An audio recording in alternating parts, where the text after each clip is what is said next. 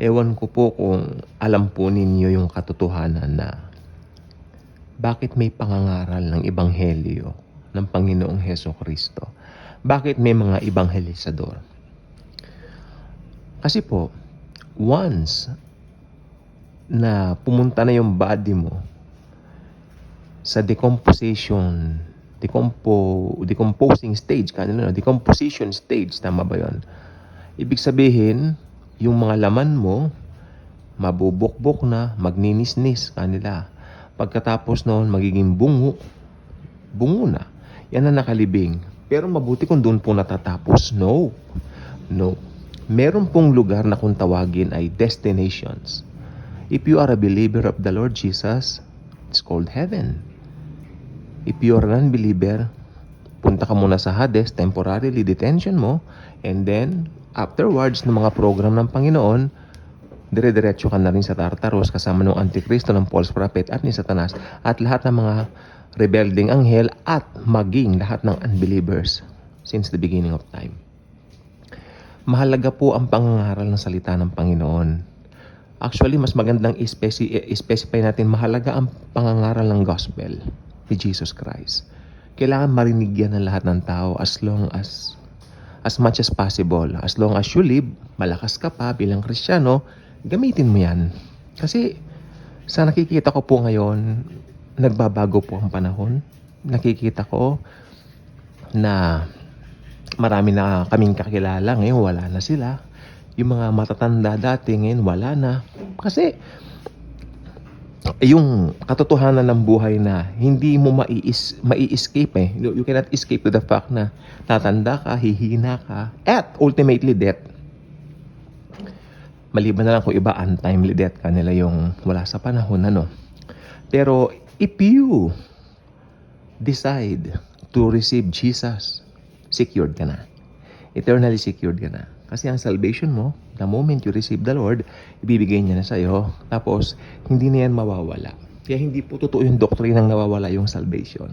Yes, mapapakitaan nila kayo ng mga seemingly, na verses sa Bible na nagsasabing nawawala ang salvation. But ang truth, hindi po nawawala ang salvation. Kasi pag tinanggap mo si Jesus, save ka forever. Kaya, yan pong hukay. Nandyan po ang katawan ng mga believers at unbelievers. Kaibahan nga lang, yung mga katawan yung mga kaluluwa ng believers pupunta sa heaven. Ngayon, may temporary detention. Sinasabi ko po yan sa inyo para sa mga unbelievers. Pero, pagdating ng rapture, bubuhayin lahat ng believers para isabay doon sa mga believers na buhay pa at papaitaas tayong sabay-sabay mabilis sa isang kisap mata.